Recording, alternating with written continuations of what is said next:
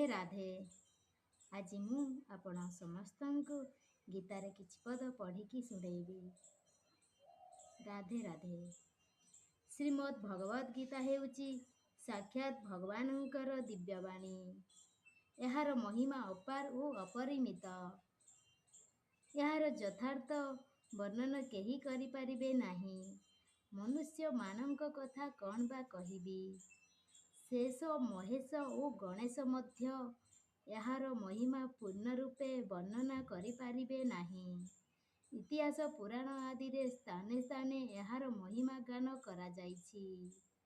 ସେଗୁଡ଼ିକ ଏକତ୍ର କରିଦେଲେ ମଧ୍ୟ କୁହାଯାଇପାରିବ ନାହିଁ ଯେ ଗୀତାର ମହିମା ଏତିକି ମାତ୍ର।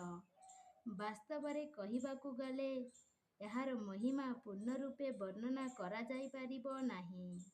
ଯେଉଁ ବସ୍ତୁର ବର୍ଣ୍ଣନା ହୋଇପାରେ ତାହା ଆଉ ଅପରିମିତ ହୋଇ କିପରି ରହିବ? ତାହା ତ ପରିମିତ ହୋଇଗଲା ନା। ଗୀତା ଏକ ପରମ ରହସ୍ୟମୟ ଗ୍ରନ୍ଥ।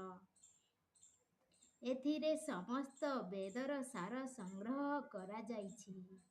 ଏହାର ରଚନା ଏତେ ସୁନ୍ଦର ଓ ସରଳ ଯେ ଟିକିଏ ଅଭ୍ୟାସ କଲେ ମନୁଷ୍ୟ ଏହାକୁ ସହଜରେ ବୁଝିପାରିବ।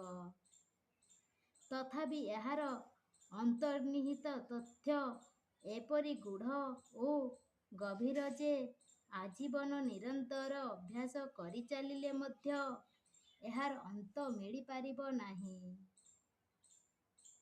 ଏଥିରୁ ପ୍ରତିଦିନ ନୂଆ ନୂଆ ଭାବ ଉତ୍ପନ୍ନ ହେଉଥାଏ।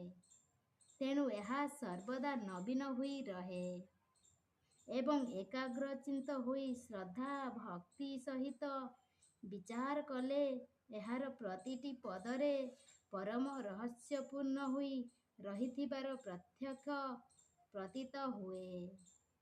ଏହି ଗୀତାଶାସ୍ତ୍ରରେ ଭଗବାନଙ୍କର ଗୁଣ, ପ୍ରଭାବ ଓ ସ୍ୱରୂପ, ତତ୍ତ୍ୱ ରହସ୍ୟ ଏବଂ ଉପାସନା ତଥା କର୍ମ ଓ ଜ୍ଞାନର ବର୍ଣ୍ଣନା ଯେପରି ଭାବରେ କରାଯାଇଛି ସେପରି ବର୍ଣ୍ଣନା ଅନ୍ୟ କୌଣସି ଗ୍ରନ୍ଥରେ ଏକ ସଙ୍ଗରେ ମିଳିବା କଠିନ।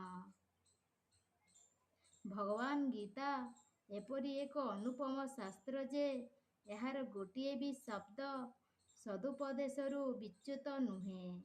ଗୀତାରେ ଗୋଟିଏ ହେଲେ ଶବ୍ଦ ଏପରି ନାହିଁ ଯାହାକୁ ଚାଟୁବାଣୀ ବୋଲି କୁହାଯାଇପାରେ। ଏଥିରେ ସେସବୁ କୁହାଯାଇଛି ସେ ଅକ୍ଷର ଅକ୍ଷର ଯଥାର୍ଥ ସତ୍ୟ ସ୍ୱରୂପ ଭଗବାନଙ୍କ ବାଣୀରେ ଚାଟୁବାଦ କଳ୍ପନା କରି